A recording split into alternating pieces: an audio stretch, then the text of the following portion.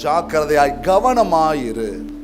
இதெல்லாம் ப்ராமிசஸா அப்படின்னு நீங்க கேட்டீங்கன்னா, இந்த பிரசங்கத்தை முழுமையுமாக நீங்கள் கேட்டீர்கள் என்றால் நிச்சயமா அதில் இருக்க ஆசீர்வாதம் உங்களுக்கு தெரியும். நான் உங்களுக்கு குறுக்கு வழியில் ஒரு ஆசீர்வாதத்தை போதிக்கிறவனாய் நான் வரவில்லை. நயவசனிப்பினாலே ஒரு பிரசங்கத்தை பண்ணி உங்களை உற்சாகப்படுத்துகிறவனாய் நான் வரவில்லை. புரியல? உங்களை எமோஷன் பண்ணி 2 தீர்க்க தரிசன வார்த்தைகளை சொலுத்தி நீங்கள் அந்த வார்த்தையை கேட்டு ரொம்ப மனமகிழ்ச்சியோட நீங்கள் எங்கள் பாஸ்டர் போல உண்டான்னு சொல்கிறதுக்காக நான் இந்த பிரசங்கத்தை பண்ணவும் இல்லை. என்னோடு பேசின வார்த்தையை உங்களோடு நான் பேசுகிறேன்.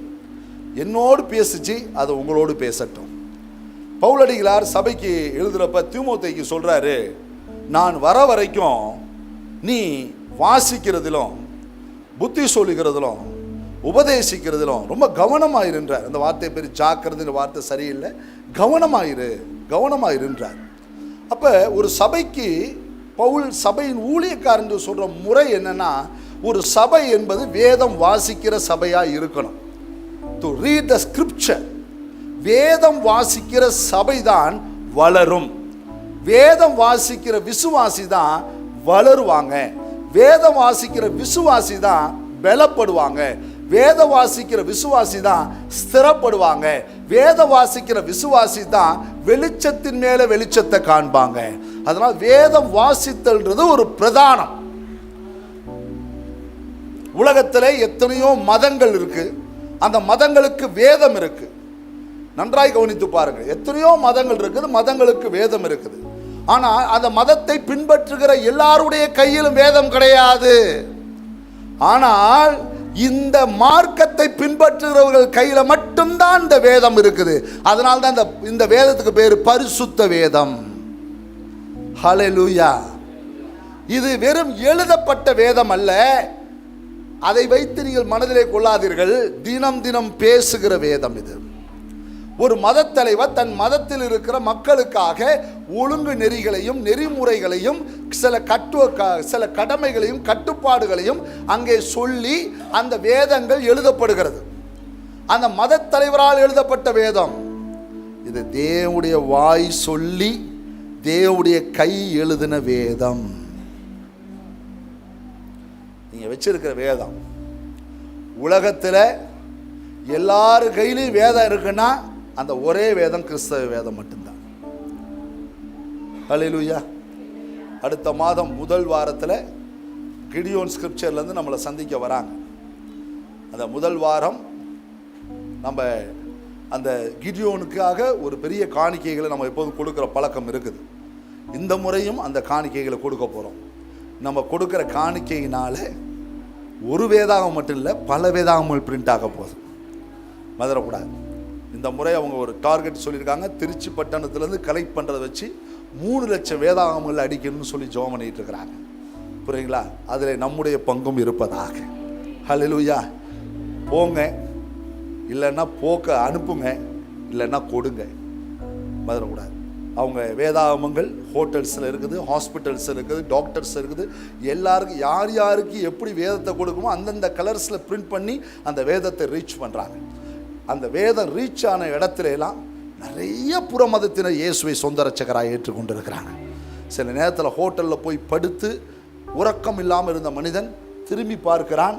அங்கே ஏதோ ஒரு வெள்ளை கலரில் ஒரு புத்தகம் இருக்கிறது.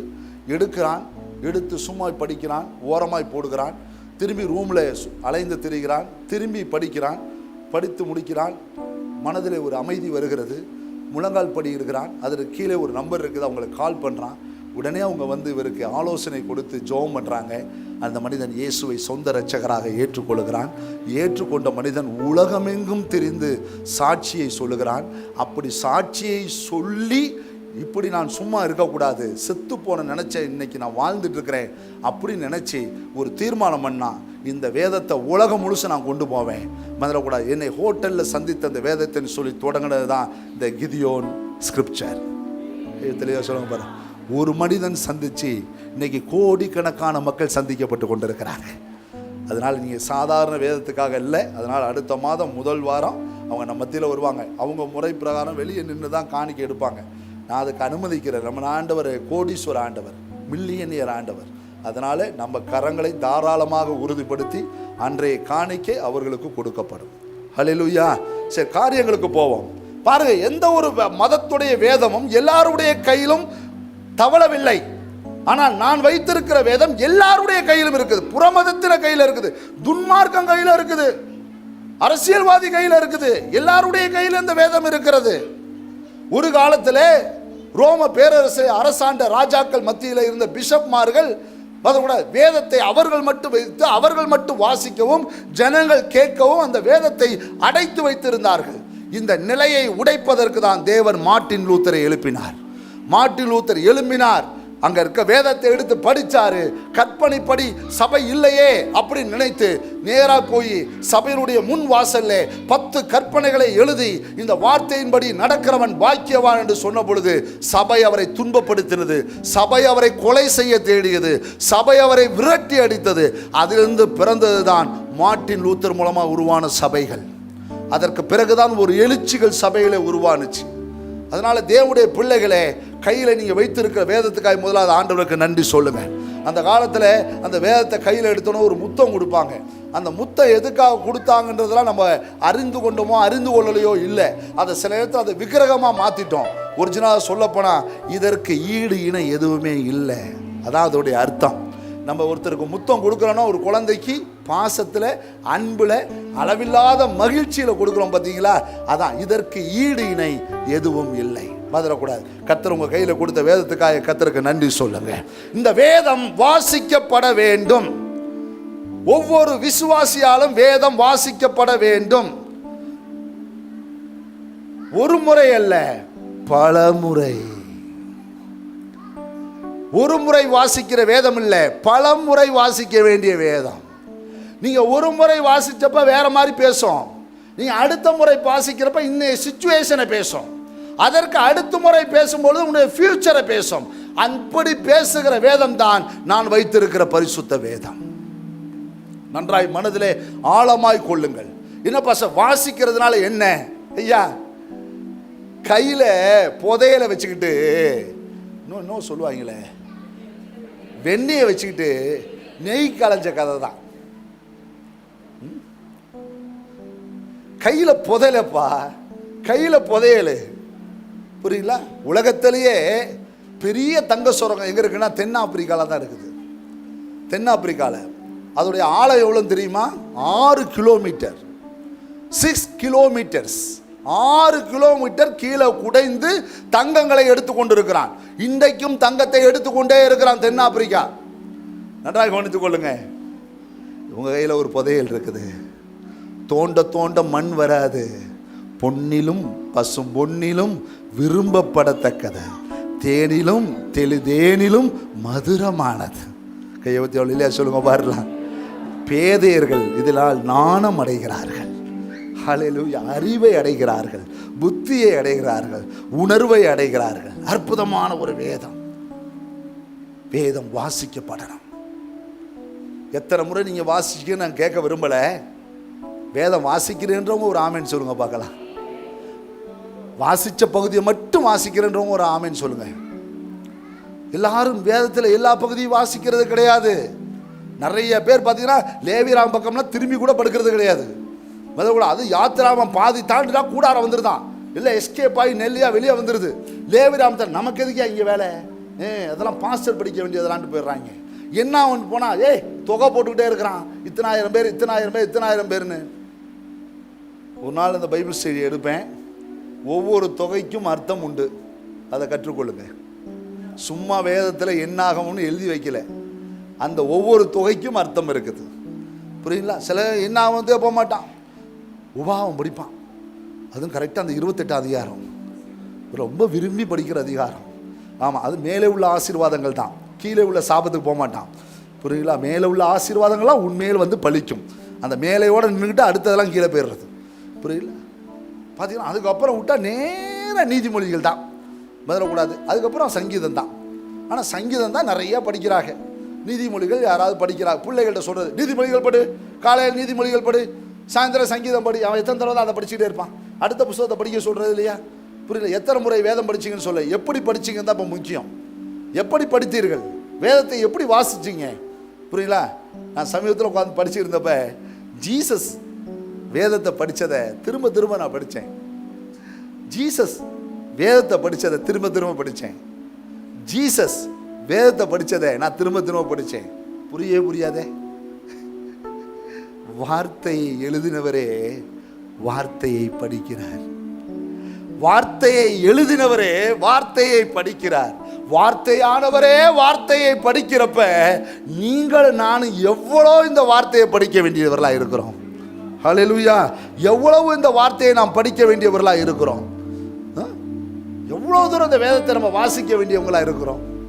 வார்த்தையை எழுதினவரே வார்த்தையானவரே வார்த்தையை வாசிக்கிறப்ப நீங்கள் நானும் எந்த அளவுக்கு இந்த வேதத்தை வாசிக்க வேண்டியவர்களாக இருக்கிறோம் என்பதை மனதிலே கொள்ளுங்கள். வேதம் வாசிக்கப்படணும். எப்படி வாசிக்கிறீங்க, எதுக்கு வாசிக்கிறீங்கிறத காட்டிலும் இன்னும் ஆழமாய் கொண்டு போக விரும்புகிறேன். அடுத்த நிலைப்பாடு, உலகத்தில் இருக்கிற மதங்களில் இருக்கிற வேதம் அது மனிதனால், அவனுடைய கற்பனையால், அவனுடைய யுக்தியால் எழுதப்பட்டது.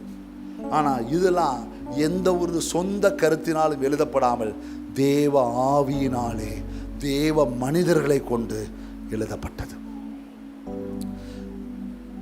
பைபிளை நீங்க ரீட் பண்ணப்ப பைபிள் உங்களை ரீட் பண்ணும்.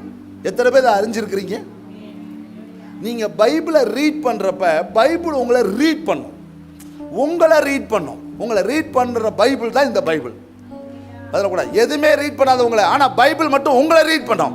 நீங்கள் அதை ரீட் பண்ணுறப்ப அதை உங்களை ரீட் பண்ணுற பைபிளை நீங்கள் தினம் தினம் வாசிக்கிறவராக இருக்க வேண்டும் என்று வேதம் சொல்லுகிறது. அதனால தான் பவுல் சொல்றார், வாசி, சபையில் வேதத்தை வாசி, வேதத்தை வாசி, வேதத்தை வாசின்றார். புரியுங்களா? யோசியாவின் நாட்களில் பார்த்தீங்கன்னா அந்த நியாயப்பிரமாண புஸ்தகம் காணா போன நாட்கள். பதில கூட இசையா ராஜா காலத்தில் அந்த புஸ்தகம் காணா. இப்போ யோசியாவுடைய நாட்களில் அதை போய் கண்டுபிடிச்சிட்டாங்க. அந்த கண்டுபிடிச்சிட்டு ராஜாட்ட வந்து அந்த புஸ்தகத்தை எடுத்து அந்த 2 நாளாம 34ஆம் அதிகாரத்தில் அதை வாசித்து ஒருத்தன் காமிப்பான் பாருங்க. அவன் வாசித்து காமிக்கிறப்ப ராஜா அழுவான் பாருங்க, அழுவான். வாசிக்கிறப்ப அழுவ வைக்கிறவங்க இந்த புஸ்தகம். ஹல்லேலூயா! வாசிக்கிறப்ப அழுறான், கிரையிங். ராஜா வேதம் வாசிக்கப்படும் போது அழுகுறாங்க. எப்படிப்பட்ட வேதம்!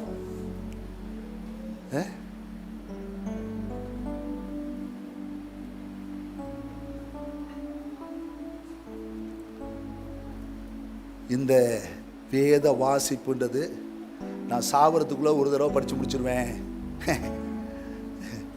அதல்ல. குறைஞ்சது வருஷத்துல ஒரு முறையாவது இந்த வேதம் படிக்கணும். ஒரு முறையாவது இந்த வேதம் படிக்கணும்.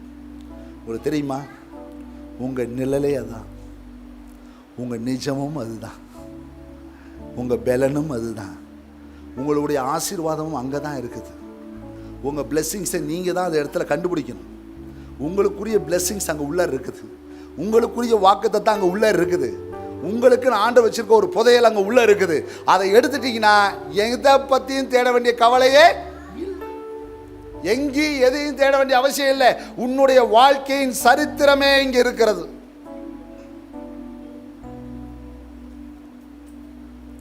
பாருங்க, நெகமியாவின் நாட்களில் எஸ்ராட்ட சொல்றாங்க, எஸ்ரா நீ போய் நியாயப்பிரமாண புஸ்தகத்தை வாசி அப்படின்னு சொல்லி 6ஆம் அதிகாரத்தில் பார்த்தீங்கன்னா 6ஆம் அதிகாரத்தில் அந்த வார்த்தையை சொன்ன உடனே, 6ஆம் அதிகாரம் இல்லை 8ஆம் அதிகாரமா, 8ஆம் அதிகாரம், அந்த 8ஆம் அதிகாரத்தில் சொன்ன உடனே நெகமியா போய் இது எஸ்ரா போய் அந்த புல்பீட்டில் போய் நின்று அந்த வேதத்தை திறக்கிறான். ஜனங்களெல்லாம் எழுந்து நின்னாங்களாம். என்ன செஞ்சாங்களாம் சொல்லுங்க? ஜனங்களெல்லாம் என்ன செஞ்சாங்களாம்? எழுந்து ஹானரிங். வேதம் படிக்கிறப்ப ஜனங்கள் எழுந்து நின்னாங்களாம். நான் சில நேரத்தில் இங்கே சங்கீதம் படிக்கிறப்ப பார்ப்பேன், சில பேர் அப்படியே உட்கார்ந்து இருப்பான். ஏன்னா எந்திரிச்சா மயக்கம் வந்துருமா. சில பேர் உட்கார்ந்து இருப்பாங்க பாருங்க, எழுந்து நின்றாங்களாம். நம்ம வீட்டில் பெட்டில் படுத்துக்கிட்டு கால் மேலே காலை போட்டுக்கிட்டு பைபிளை படித்து பார்க்குறான். வேதம் எப்படி 8ஆம் வசனம் சொல்லு. நான் ஒரு 7 விஷயத்தை வேகமாக சொல்லி நான் முடிக்க விரும்புகிறேன். ஏசாயா 34:16 யார் வாசிக்கிறது? ஏசாயா 34:16 கர்த்தருடைய புஸ்தகத்தை தேடி வாசியுங்கள், இவைகளில் ஒன்றும் குறையாது, இவைகளில் ஒன்றும் ஜோடி இல்லாதிராது. கர்த்தருடைய வாய் இதை சொல்லிட்டு அவருடைய ஆவி அவைகளை சேர்க்கும். ஐசையா 34:16 தேடி வாசிக்கணும். கர்த்தருடைய புஸ்தகத்தை எப்படி வாசிக்கணும்னா தேடி வாசிக்கணுமா. கர்த்தருடைய புஸ்தகத்தை தேடி வாசிக்கிற பழக்கம் இருக்கணும். தேவ பிள்ளைகள் கர்த்தருடைய புஸ்தகத்தை எப்படி வாசிக்கணும்? தேடி தேடி வாசிக்கணும். ஒரு புதையலை தேடுறது மாதிரி தேடணும், காணா போனதை தேடின மாதிரி தேடணும். தேடி தேடி வாசிக்கிற பழக்கம் வேண்டும். ஒவ்வொரு தேவ பிள்ளைகளுக்கும் இந்த தேடி வாசிக்கிற பழக்கம் இருக்கணும். அதில் கூட இன்னைக்கு காலையில் இருந்துச்சு, அந்த ஒரு வசனத்தை மட்டும் படிச்சுது. ஸ்தோத்திர ஆண்டவரே. இப்போல்லாம் பைபிள் திறக்கிறது இல்லையா, காலண்டர்லேயே வசனம் பார்த்துடுறதான். போய் நேரம் அந்த காலண்டருக்கு முன்னாடி நிற்கிறது. முன்னாடிலாம் பார்த்தீங்கன்னா சகுனம், நல்ல நாள் கெட்ட நாள்லாம் பார்த்தது, அது பக்கத்தில் சில வார்த்தைகளை வச்சுக்குவாங்க. அதை போல் இப்போ போய் அங்கே போய் வசனத்தை பார்த்துறது. அதனால தான் நான் எந்த ஆசீர்வாத வசனத்தையும் போடக்கூடாதுன்ட்டேன். புரியல? அதனால் பார்த்தீங்கன்னா அங்கே போய் நின்று நீ ஆசீர்வாதமாக இருப்பாய், இன்னைக்கு ஆசீர்வாதமாக இருப்பேன். அதில் தேடி வாசி. புதையல் வேணும்னா என்ன செய்யணும்? தேடி வாசிக்கணும். தேடி வாசியுங்கள். 2வது ஏசாயா 8:20 சொல்லப்படுது, கவனமாய் வேதத்தை வாசி. கவனமாக வாசி. மோசையை பார்த்து சொல்கிறார், மோசே உன் கையில் கொடுத்துருக்க கற்பனைகளை அந்த பலகையை எடுத்துட்டு போ, ஜனங்கள் காது கேட்க வாசி. அப்படின்னா அதான் கவனம். ஜனங்கள் எப்படி வாசிக்கணுமா? 40 லட்சம் பேர் 40 லட்சம் பேர் காது கேட்கிற அளவுக்கு வாசிக்கணும்னா எப்படி மோசே வாசித்திருப்பார்? புரியல? பாரு, இங்க இருக்க சத்தமே பின்னாடி போய் சேர மாட்டேங்குது, பாதிக்கு காதே கேட்க மாட்டேங்குது. புரியல? மற்றதெல்லாம் காது கேட்குது. புரியல? மெதுவாக பேசுறதெல்லாம் காது கேட்குதுங்க, சத்தமாக பேசுறதெல்லாம் என்ன செய்ய மாட்டேங்குது? காது கேட்க மாட்டேங்குது. சத்தமாக பேசுறதெல்லாம் காது கேட்க மாட்டேங்குது. சத்தமாக பேசுறதெல்லாம் என்ன செய்ய மாட்டேங்குது? காது கேட்க மாட்டேங்குது. சொல்றார், கவனமா வாசி. வேதம் எப்படி வாசிக்கணும்?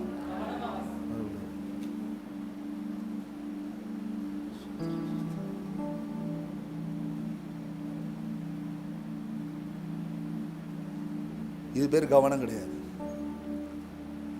படிச்சுக்கிட்டே இருக்குப்பா. குக்கர் 3 விசில் அடிக்கும், விசில் ஆஃப் பண்ணிடு. படிச்சுக்கிட்டு இருக்க போய்க்கும் இந்த அம்மா மைண்டில் என்ன இருக்கும்? 3வது விசில் வரும்பொழுது 3 விசில் அடிச்சிருச்சு, ஆஃப் பண்ணுன்றேன். அதை நீ வச்சுட்டு போய் நீனே ஆஃப் பண்ணுன்றேன். எதுக்கு ஒரு ஆளு? இதுக்கு பக்கத்தில் ஒரு ஸ்பை மாதிரி. புரியல? விசில் அடிக்கிறப்ப ஏன் வாசிக்கிற? விசில் அடிக்காதப்ப வாசி.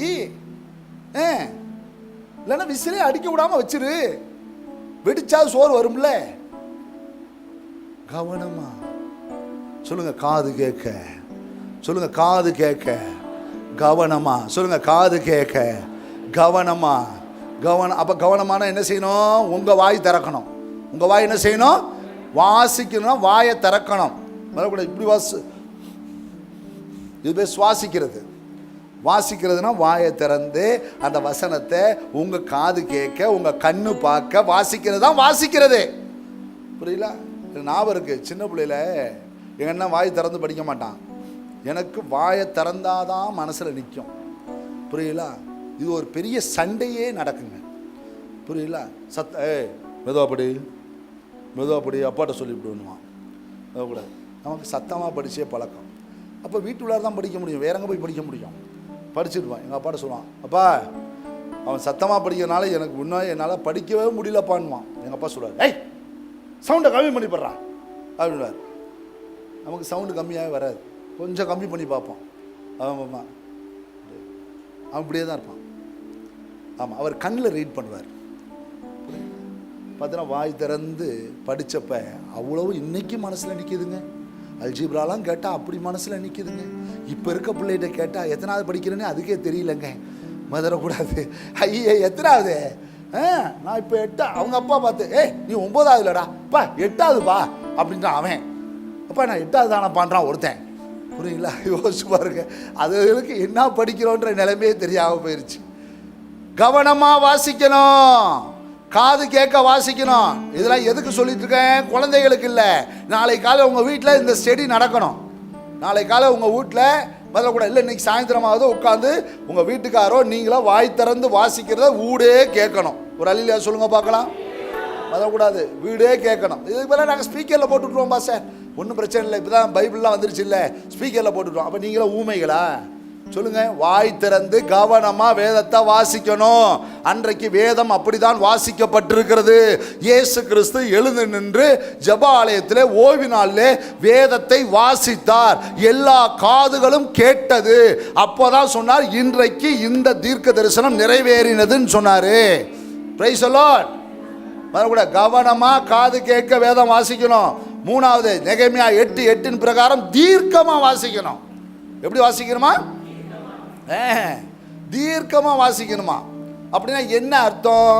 எதை வாசிக்கிறோன்னு தெரிஞ்சு வாசிக்கணும். எதை வாசிக்கிறோன்னு சொல்லுங்க. எதை வாசிக்கிறோன்னு தெரிஞ்சு வாசிக்கணும். அதை தீர்க்கமாக வாசிக்கணுமா? மனசில் படுற மாதிரி வாசிக்கணும். சொல்லுங்க. மனசில் படுற மாதிரி வாசிக்கணும். சொல்லுங்க பார்க்கலாம். மனசில் படுற மாதிரி வாசிக்கணும். புரியல? மனசில் பளிச்சுன்னு படணும். அந்த அளவுக்கு தீர்க்கமாக வாசிக்கணும். அன்றைக்கு வேதம் எஸ்ராவின் நாட்களில் ஜனங்கள் மத்தியில் தீர்க்கமாக வாசிக்கப்பட்டது. தீர்க்கமாக வாசிக்கப்பட்டது.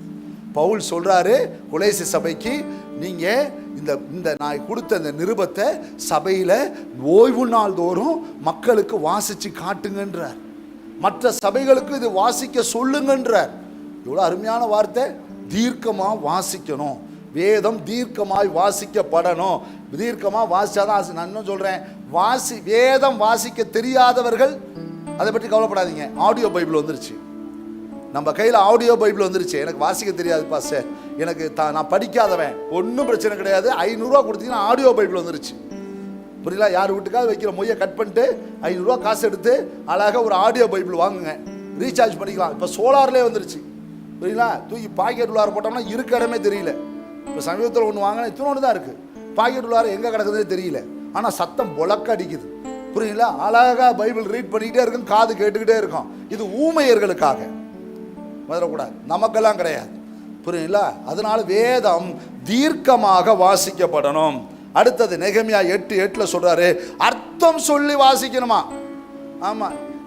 புரியலன்னா உடனே பாஸ்டருக்கு ஃபோன் அடிக்கணும். இல்லைனா முதல்ல உங்கள் வீட்டுக்கார்ட்ட கேட்கணும். இல்லைனா உங்கள் வீட்டுக்காரில் இருக்க பெரியவங்கள்ட்ட கேட்கணும், அவங்களாம் ரட்சிக்கப்பட்டவங்களா இருந்தா. இல்லையா பாஸ்டர் இதுக்கு என்ன பாஸ்டர் அர்த்தம் புரியலையேன்னு கேட்கணும். வந்துடக்கூடாது.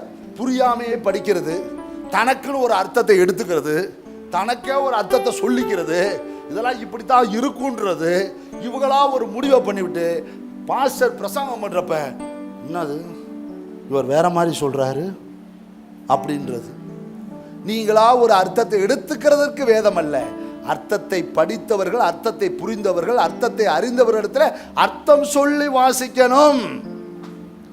மீனிங் தெரியணும். இதோடைய அர்த்தம் என்னன்றது கேட்கணும்.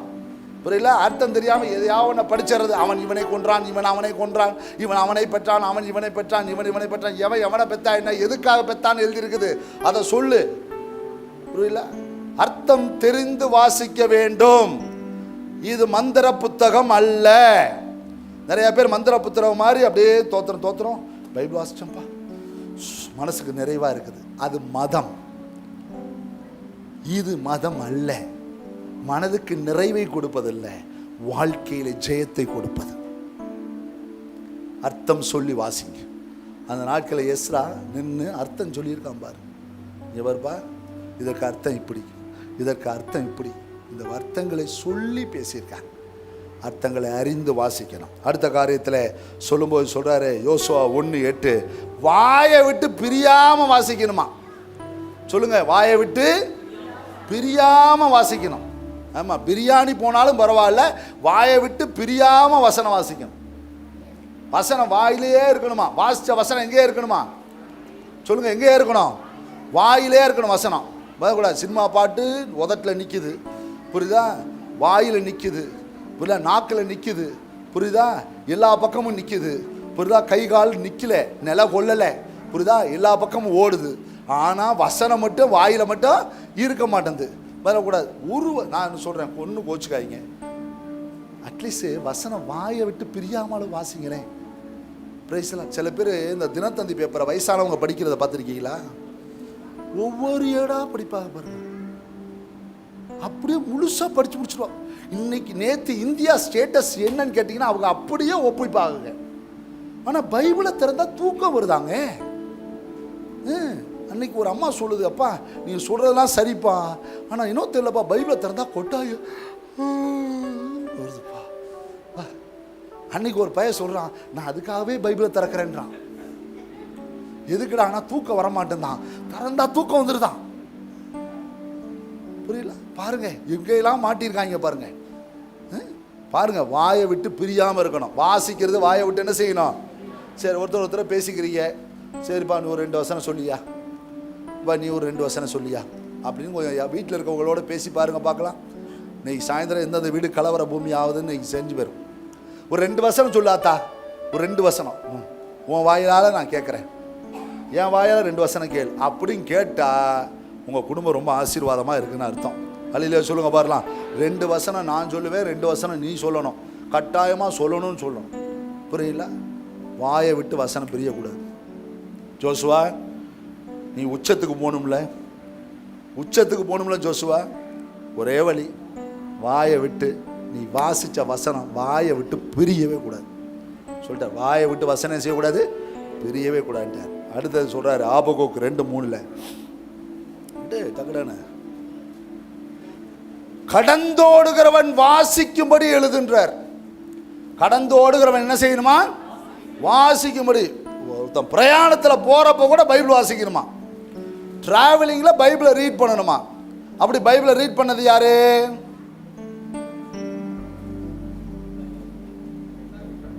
அப்போஸ்தலர் 8ஆம் அதிகாரம், எத்தியோப்பிய ராஜஸ்திரியாவுடைய ஃபைனான்ஸ் மினிஸ்டர், கண்டாகை மந்திரி, மறக்கக்கூடாது, ஏசியா புஸ்தகத்தை டிராவலிங்கில் படிச்சுட்டு இருக்கார். நாங்களாம் டிராவலிங்கில் என்ன செய்வோம்? உண்மையை நான் இப்போலாம் டிராவல் கொஞ்சம் நேரத்தில் காரில் புறப்பட்டுருவேன். புறப்பட்டு ஊருக்கு கிளம்பிட்டேன்னா ஏறின வரைக்கும் மட்டும் தான். புரியல? அப்புறம் ஹோட்டலில் சாப்பிடுவோம், அப்படியே நேராக போயிட்டோம்னா டு டேக் ரெஸ்ட். புரியல? நைட் மெசேஜ் அதை முடிச்சுட்டு டேக் ரெஸ்ட், நாளைக்கு காலை தான் பைபிள் ரீடிங் உட்காருவோம். புரியல?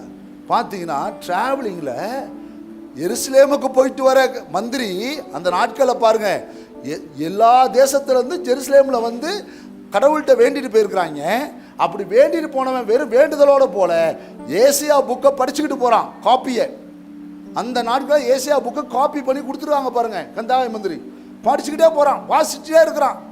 புரியுங்களா? பிரயாணத்தில் வாசிக்கணும். கூட காதில் மாட்டிக்கிறது, தனியாக சிரிக்கிறது என்றது. புரியுங்களா? ஆமாம், ஜோக்கை பார்த்துட்டு புரியுங்களா அதை சிரிக்கிறது. சில தானாகவே சிரிக்கிறான், வீட்டில் எவனுமே சிரிக்கிறது இல்லை.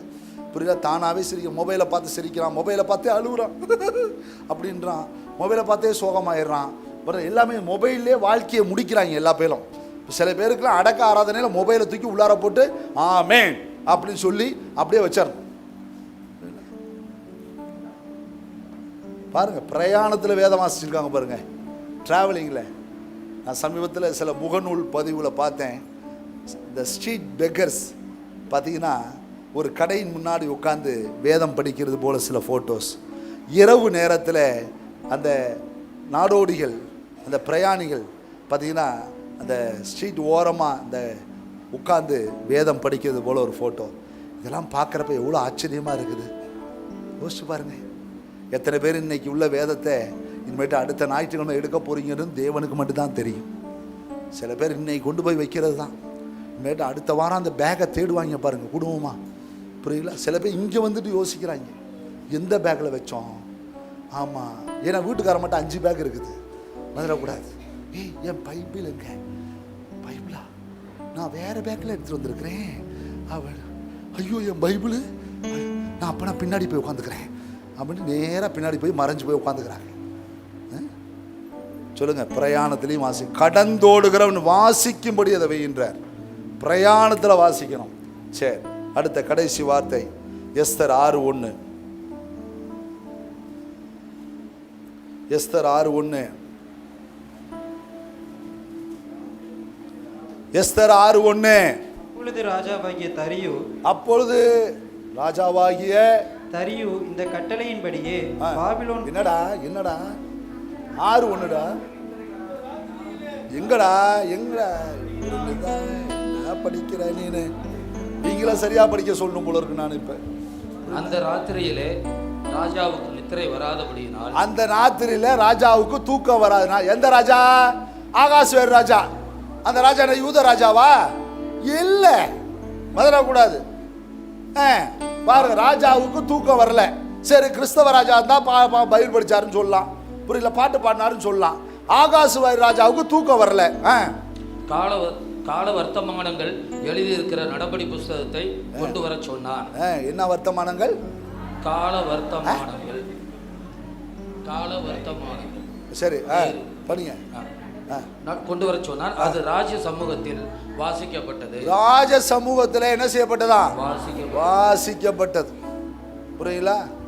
ராஜாவுக்கு நைட்டு தூக்கம் வராதனால டான்ஸ் ஆடுற லேடியெல்லாம் வர சொல்ல, சூதாட்டம் விளையாட போல, மது அருந்த போகல. ஆனா அவனுக்கு முன்னதாக எழுதப்பட்ட புஸ்தகம் கொண்டு வந்து வாசிக்கப்பட்டது.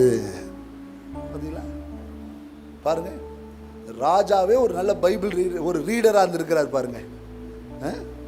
புரியல? நீங்க இன்னும் நெகமியால படிச்சு பார்த்தீங்கன்னா, எழுதப்பட்ட தோல் சுருளை எடுத்துட்டு வர சொல்லி வாசிச்சு அதன்படியே கட்டளை பிறப்பித்த ராஜாக்கள். ஒரு ராஜா தூக்கம் வரலனா என்ன செய்யல? கேலி கூட்டாத்ததுக்கு போல, களியாட்டுக்கு போல உட்காந்து வாசிக்க உட்காந்துருக்கிறான். புரியுங்களா? ரீடிங் எவ்வளோ முக்கியம். அப்போனா வேதம் எந்த நேரத்திலும் வாசிக்கப்படணும். சொல்லுங்க, தூக்கம் வரலன்னா என்ன செய்யணும்? சொல்லுங்க. போய் வீட்டில் இருக்க ஃப்ரிட்ஜை திறக்கணும், எதெல்லாம் மிச்சம் மீதியாக இருக்கோ அதெல்லாம் எடுக்கணும், அதெல்லாம் தூக்கி உலையில் போடணும், நல்லா தண்ணியை குடிக்கணும், வந்து படுக்கணும், அத்தராத்திரில் வீச்சுன்னு கத்தணும், பதில் கூட ஏன் இப்போ வயிற்று வலின்னு கேட்கணும், சத்தம் போடாமல் திருட்டு பைய மாதிரி உட்காந்துருக்கணும், அப்புறமேட்டு தூக்கிக்கிட்டு ஆஸ்பத்திரிக்கு போகணும், அப்புறம் டாக்டர் ஒரு ஊசியை குத்தணும், அதுக்கப்புறம் வீட்டில் வந்து படுக்கணும். அப்படி இல்லை. நைட்டு தூக்கம் வரலைன்னா வேதம் படிக்கணும், பொழுது போகலைன்னா வேதம் படிக்கணும், சும்மா இருக்கிறன்னா வேதம் படிக்கணும், வேதம் வாசிக்கப்படணும் எந்த நேரத்திலும். பாருங்க, இப்படி தாங்க வாசிச்சிருக்காங்க. 7 விஷயம் சொன்னேன், மனதில் திரும்ப ஆழமாய் சொல்லுகிறேன். வேதம் தேடி வாசிக்கப்படணும், கவனமாய் காது கேட்க வாய் திறந்து வாசிக்கப்படணும், தீர்க்கமாக வாசிக்கப்படணும், அர்த்தம் சொல்லி வாசிக்கப்படணும், வாயை விட்டு பிரியாம வாசிக்கப்படணும், பிரயாணத்தில் வாசிக்கப்படணும், எந்த சமயத்திலும் வேதம் வாசிக்கப்படணும். இந்த வாசித்தல்ன்றது பிரதானமாக இருந்தால் உங்களுக்கு வர ஆசீர்வாதமும் தடை இல்லாமல் வரும். கிறிஸ்தவ வாழ்க்கையில் பைபிள் ரீடிங்கிறது பிரதானம். எத்தனை முறை படிக்கிறோன்றதெல்லாம் கணக்கு கிடையாது, எப்படி படிக்க போறோன்றது தான் கணக்கு. பில்லிகிராம் சொல்றார் 85 டைம்ஸ் பைபிள் படிச்சிருக்கின்றார். அவருடைய அலைச்சலுக்கெல்லாம் அவர் 85 டைம்ஸ் படிச்சிருக்கான்றது பெரிய அற்புதம். புரியுதா? 85 முறை வேதத்தை படிச்சிருக்கிறாராம். புரியுங்களா? இங்கே எத்தனை பேர் 10 தடவை படிச்சிருக்கீங்கன்னு தெரில, எத்தனை தடவை 5 தடவை படிச்சிருக்கீங்கன்னு தெரில. தயவு செய்து சொல்கிறேன், ஆர்வமாய் வேதம் படியுங்க, ஆர்வமாய் படியுங்க, விரும்பி படியுங்க, நேசிச்சு படிங்க. உங்கள் வாழ்க்கை புத்தகம் அதுதான் என்பதை விரும்பி படிங்க. இன்னும் சொல்கிறேன், சபையானது வேதம் வாசிக்காமல் சபையோட வளர்ச்சியை பார்க்கவே முடியாது. இயேசு சொல்றாரு, மோசேயினுடைய புத்தகங்களில் அவன் சொல்லவில்லையா, எழுதியிருக்கவில்லையா, நீங்கள் அதை வாசிக்கவில்லையா கேட்கிறார். நீங்கள் வாசிக்கிறது இல்லையா, ஒரு காலம் வாசிக்கிறது இல்லையான்னு ஒரு இடத்துல கேட்கிறார். எப்படியா? ஒரு காலம் வாசிக்கிறது இல்லையா? இப்ப பாருங்க, வாசித்தலை ஆண்டவரை எவ்வளவு பிரதானமாய் சொல்றான்றப்ப ஒரு தேவனுடைய பிள்ளைகள் அந்த வாசித்த விஷயத்துல எவ்வளவு விஷயத்துல நம்ம பிரதானமாய் இருக்கணும். யோசிச்சு பாருங்க. இப்ப வாசிக்கிறதுல தேறினவர்களா இருக்கணும். சொல்லுங்க, வாசிக்கிறதுல சொல்லுங்க, நல்லா வாசிக்கணும். சொல்லுங்க பார்க்கலாம், நல்லா வாசிக்கணும். பைபிளில் 66 புஸ்தகத்துறை அட்டவணையை போய் இந்த வாரம் மனப்பாடம் பண்ணுங்க. புரியுதா? அடுத்த ஞாயிற்றுக்கிழமை நான் பிரசங்கம் பண்ணுறதுக்கு முன்னாடி திடீர்னு ஒருத்தரை எழுப்பி மைக்கை கொடுத்து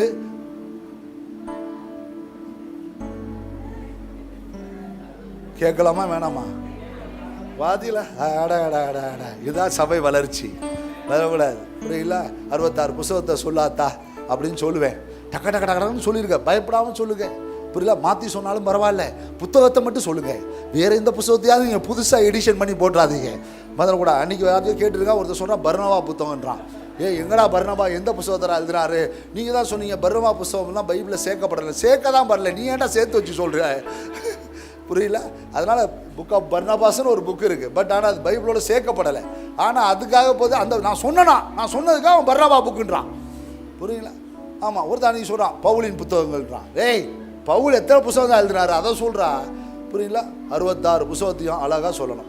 அதே போல் இங்கே வந்து ஜெபம் பண்ண வரீங்கல்ல, வரப்ப ஒரு வசனமாவது வாய் திறந்து ஒன்று சொல்லிட்டு போங்க.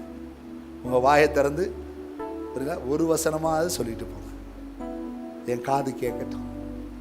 இத்தனை வருஷம் பேசின வார்த்தைக்கு உங்கள் வாயிலேருந்து ஒரு வசனமாவது வந்து இதை சொல்லிட்டீங்கன்னா அதுதான் எங்களுக்கு தெம்பு. ஹல்லேலூயா. நான் ஏன் முன்னாடி வரேன்? நான் பாட்டு போயிட்டே இருப்பேன். இது ஏன் நமக்கு பிடிச்ச வம்பு? ஆமாம், அவர் திரும்ப இந்த வசனத்தை தவிர எந்த வசனம் வேணான்னு சொல்லு. வாயை திறந்து ஒரு வசனம் சொல்லு. நீயோ வாசிக்கிறதிலும் புத்தி சொல்லுகிறதிலும் உபதேசிக்கிறதிலும் கவனமாயிரு. பைபிள் ரீடிங் இம்பார்ட்டன்ட், ரொம்ப முக்கியம். எந்த சூழ்நிலையும் படிக்க பழகுங்க, வாசிக்க பழகுங்க. நீங்கள் வாசிக்க நெக்ஸ்ட் வீக் நான் அதை குறித்து ஒரு பெரிய மெராக்கலான ஒரு எண்டுக்குள்ளார உங்களை கூட்டு போக விரும்புகிறேன். அந்த பைபிள் உங்களை எவ்வளோ ரீட் பண்ணுறதை நீங்கள் பாருங்கள். நீங்கள் பேசாமல் அமர்ந்திருக்கும் பொழுது அது உங்களோடு பேச துடிக்கும், உங்களோடு உறவாட துடிக்கும், உங்களோடு விரும்பி பேசும், உங்களோடு ஆசையாக பேசும். அவ்வளோ அழகாக பழகக்கூடிய ஒரே புக் நான் சொல்கிறேன். பர்சன் கூட அப்படி பழக மாட்டாங்க. புக் அவ்வளோ அருமையாக என்னோட ரிலேஷன்ஷிப் வச்சுக்கும். என்னோட relationship it's not a enemy, this is not a neighbour, this is my blood, this is my flush. வரக்கூடாது. திஸ் இஸ் மை ரிலேட்டிவ் அல்ல, என்னுடைய உறவு, என் உறவுக்கு மேலானது. அது என்னோடு அதாவது கதவை தட்டி தான் யாராக இருந்தாலும் வீட்டுக்கு வரணும். கதவை தட்டாமல் என்கிட்ட வந்துட்டு போகிற ஒன்றே ஒன்று இது வேதம் மட்டும்தான். ஹல்லேலூயா. எந்த நேரத்தில் வேணா ஆண்டவரே அப்படின்ட்டு வேணா போதும். இந்த ஃபிலிம் எடுப்பாங்க பாருங்க, அது மாதிரி சின்ன வந்து டபக்குன்னு எனக்கு முன்னாடி நின்று கட என்னை ரீட் பண்ணும் பாருங்க அழகா. அவ்வளோதான். புது வார்த்தை வந்தோன்னே புது பாட்டே வந்துருங்க. ஹல்லேலூயா. புது வேர்டு வந்துருச்சுன்னா புது பாட்டே என்ன செஞ்சிடும், வந்துடும். வேர்டு கிடச்சிருச்சுன்னா பாருங்க, இன்னைக்கு ஒரு புது பாட்டு பாடணும் தான், என் நோட்டை யாரோ எடுத்துகிட்டு போயிட்டாங்க. ஆமாம், என் ரூம்லாரையே வந்து என் நோட்டை காணாம். நான் சொன்னேன், டே ஒரு புது பாட்டு எழுதி வச்சுருக்கேன்டா, மொதல் அடி தாண்டா தெரியுது, அடுத்த அடி தெரியலடா அப்படின்னு தேடுறேன். என் நோட்டே காணாம். நல்லா இருப்பார்களாக, ஏன்னா அவ்வளோ பாட்டு எழுதி வச்சுருக்கிறேன். ஆமாம், இதெல்லாம் மறுபடியும் ரிமைண்ட் பண்ணணும். அவ்வளோ பாட்டு எழுதி வச்சுருக்கேனே, என்ன பண்ணுறது யோசனை. உடனே அதுதான் தம்பி சொல்கிறான், அவன் ரீட் பண்ணுறான், அதுதான் வந்து பாடி வச்சுட்டு போங்கன்னு சொல்கிறேன். நீங்களும் கேட்க மாட்டேன்றீங்க பாஸ்டர். ஆமாம், அவன் ரீடிங் சொல்லிக்கிட்டு இருக்குது. புரியல. ஆமாம், இல்லை அப்படி யாராவது நோட்டுக்கிட்டு வச்சுருந்தீங்கன்னா நோட்டை கொடுத்து தேடி பார்த்துட்ருக்கோம். இது வரைக்கும் தேடி பார்த்து யாரும் எடுத்துகிட்டு போகிறதுக்கு வேலை இல்லை. பட் ஆனால் நோட்டில் நிறைய விஷயங்கள் எழுதி வச்சுருக்கிறேன். புரியுங்களா. பார்த்தீங்கன்னா சும்மா பைபிள் ரீட் பண்ணுறப்ப ஒரு வேர்டு வந்து அப்படியே ஸ்கேல் வந்துடுது, பாட்டாக வந்துடுது. மறக்கக்கூடாது. பாடும் பொழுது இன்னும் அந்த ராகம் பிறக்கிறப்ப அந்த வார்த்தை நமக்குள்ளாரே போய் உறவு கொள்ள ஆரம்பிச்சிருது. அது உறவு கொள்ள ஆரம்பிக்கும் பொழுது அவ்வளோ மகிழ்ச்சியாக இருக்கும் பாருங்க. அது இன்பத்திலும் இன்பம். கையை பற்றி அலையிலையா சொல்லுங்க பாருலாம். நீங்கள் வசனம் மட்டும் உங்கள் கூட பேச விடுங்களேன். புரியல. நீங்கள் தான் வாயை திறக்க விட மாட்டீங்களே. ஆகையால் கர்த்தர் எனக்கு சொல்லுகிறது என்னவென்றால் அப்படின்னு எல்லாம் வேகமாக படிச்சுட்டு ஆமேன் ஆமேன் ஸ்தோத்திரம். ஆனால் அது உங்களை ரீட் பண்ணுறப்ப பாருங்களேன், உங்களை மாதிரி ஆக்ரோஷமாக படிக்காது. சுவிட்ச் ஆஃப் பண்ணு அப்படின்லாம் சொல்லிட்டு தான் பேசாது. உங்களோட பேசுச்சுன்னா உங்ககிட்ட மட்டும்தான் பேசும், யார்ட்டையும் பேச. ஹல்லேலூயா. வேதம் வாசிங்க, கவனமாக வாசிங்க, தீர்க்கமாக வாசிங்க, அறிந்து புரிந்து அர்த்தத்தோடு வாசிங்க. மறந்துடக்கூடாது. பார்த்தீங்கன்னா அந்த சொல்ல வாயை விட்டு பிரியாமல் வாசிங்க. ட்ராவலிங் நேரத்தில் வாசிங்க, எந்த சமயத்திலும் வாசிங்க, தேடி வாசிங்க, கவனமாக காது கேட்குற மாதிரி வாசிங்க. நீங்கள் வாசித்து பாருங்களேன். ஒரு டைம் இது நான் சொன்னது இதை அப்படியே எழுதி வச்சு அப்படியே இதை ஃபாலோ பண்ணி பாருங்களேன். உங்களுக்கு இன்ட்ரெஸ்டிங் தானாக வந்துடும். ப்ரைஸ் எல்லாம் நான் ஒன்று சொல்லட்டுமா? சில வாதியார் பாடம் நடத்துவாங்க, நல்லா நடத்துவாங்க, ஆனால் தூக்கம் வரும். ஆனால் சில டீச்சர்ஸ் பாடம் நடத்துவாங்க, என்ஜாய்ஃபுல்லாக இருக்கும். எனக்கு சில மேக்ஸ் டீச்சர்ஸ்லாம் அப்படிப்பட்ட டீச்சர்ஸ், சில தமிழ் வாத்தியார்லாம் அப்படிப்பட்ட வாத்தியார். அவங்க சொல்லிக் கொடுத்த படிப்பினைகள் இன்றைய வரைக்கும் மறக்கவே முடியல. சில வாத்தியாரை இதுவரைக்குமே மறக்க முடியல. அவங்க அந்த பீரியட் வந்துட்டாங்கன்னா தானா எங்களுக்கும் கண்ணு கட்டும், அவருக்கும் கண்ணு கட்டும். அவர் சொல்லுவார், படிங்கடா அப்படின்னு அவரும் தூங்கிடுவார். புரியல? ஆனால் சில ப்ரீயட்ஸ்லாம் வரப்ப தூக்கமே வராது. ஏய் சார் இன்னைக்கு லீவாண்டா போடா அப்படின்னா அந்த வாத்தியார் தான் வருவார். யாரு? தூங்க வைக்கிற வாத்தியார். சில நேரத்தில் சில டீச்சர்ஸ் வருவாங்க பாருங்க, அவங்க வரப்பே அந்த ரூமே கலகலன்னு மாறிடும். ஹல்லேலூயா. அவங்க சொல்லிக் கொடுத்த நிறைய பாடங்கள் அப்படியே அற்புதமாய் மாறிடும். புரியுங்களா? இப்பொழுதும் நான் வருமளவும் நீ வாசிக்கிறதிலும் புத்தி சொல்லுகிறதிலும் உபதேசிக்கிறதிலும் கவனமாய். Please stand up. எழுந்திருப்போம்.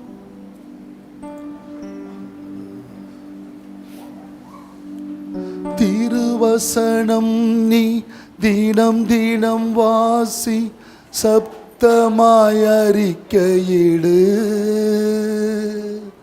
திருவசனம் நீ தினம் தினம் வாசி, சப்தமாய் அறிக்கையிடு. பெருகிடும் உன் ஊற்று அது நதியாய் பாய்ந்திடும்.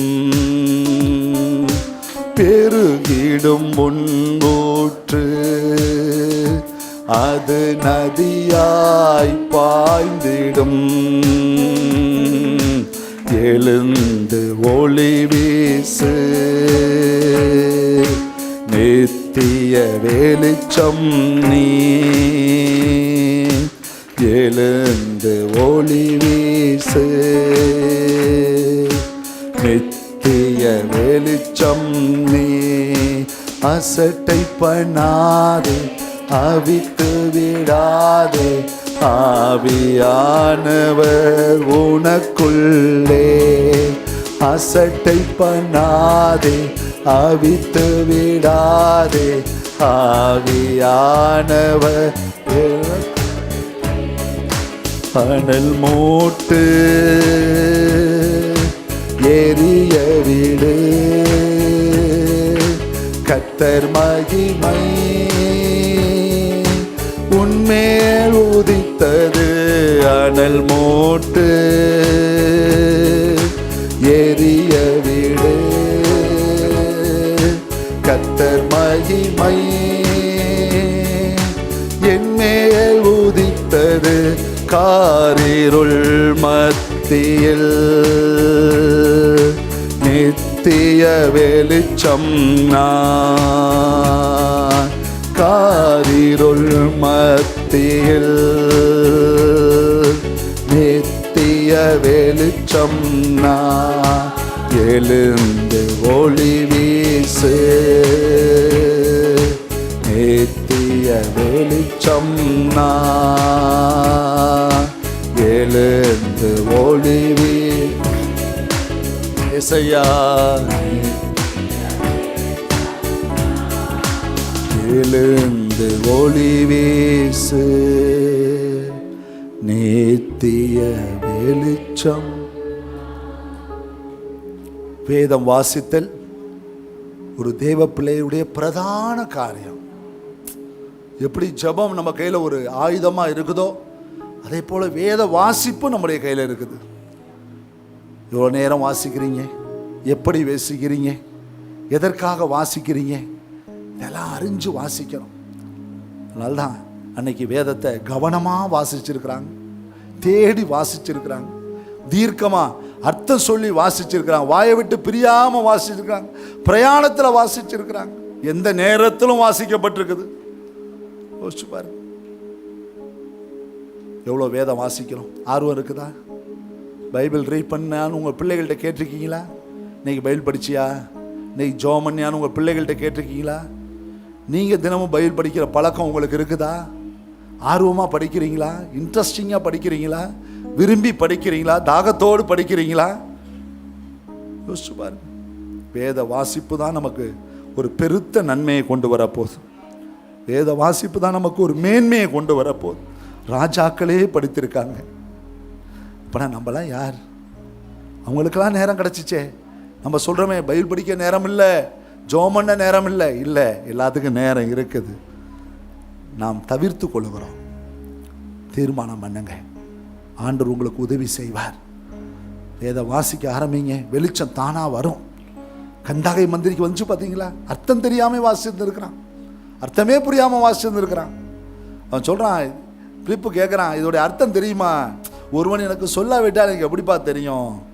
அர்த்தத்தை அவன் சொன்ன உடனே அடுத்த வெளிச்சத்துக்கு போயிட்டான். பார்த்தீங்களா?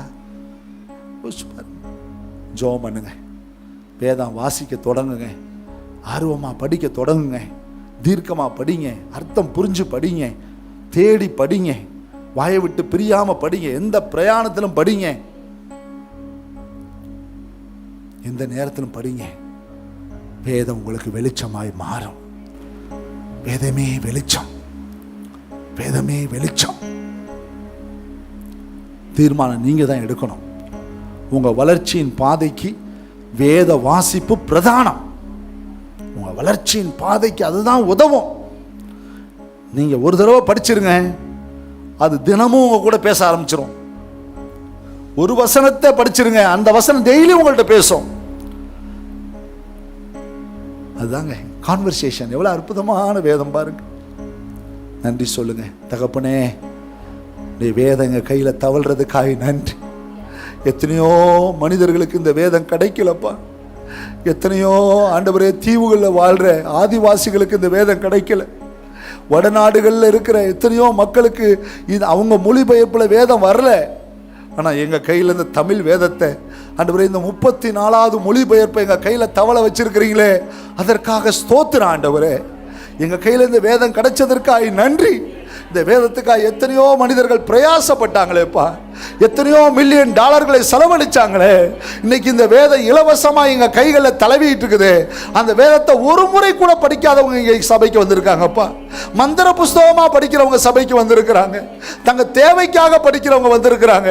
இனி அப்படி அல்ல, வேதத்தை தேடி வாசிக்கிறவனா ஆண்டவரே, வேதத்தை ஆண்டவரே கவனமா காது கொடுத்து வாசிக்கிறவனா ஆண்டவரே, வாயை விரிவா திறந்து வாசிக்கிறவன், வாயை விட்டு பிரியாம வாசிக்கிறவனா, தீர்க்கமா வாசிக்கிறவனா, அர்த்தம் புரிஞ்சு வாசிக்கிறவனா, பிரயாணத்தில் வாசிக்கிறவனா ஆண்டவரே, எந்த நேரத்திலும் வாசிக்கிறவனா இருக்க எனக்கு அனுக்கிரகம் பண்ணுங்க ஆண்டவரே. எனக்கு அந்த வெளிச்சத்தை தாங்க ஆண்டவரேன்னு சொல்லி நாங்கள் ஜெபம் பண்ணுகிறோம். உடைய பரிசுத்த வசனம் உடைய பிள்ளைகளை பலப்படுத்தட்டும். இயேசுவின் நாமத்தில் பிதாவே, ஆமென். ஆமென். திருவிருந்துக்கு ஆயத்தமாவோம்.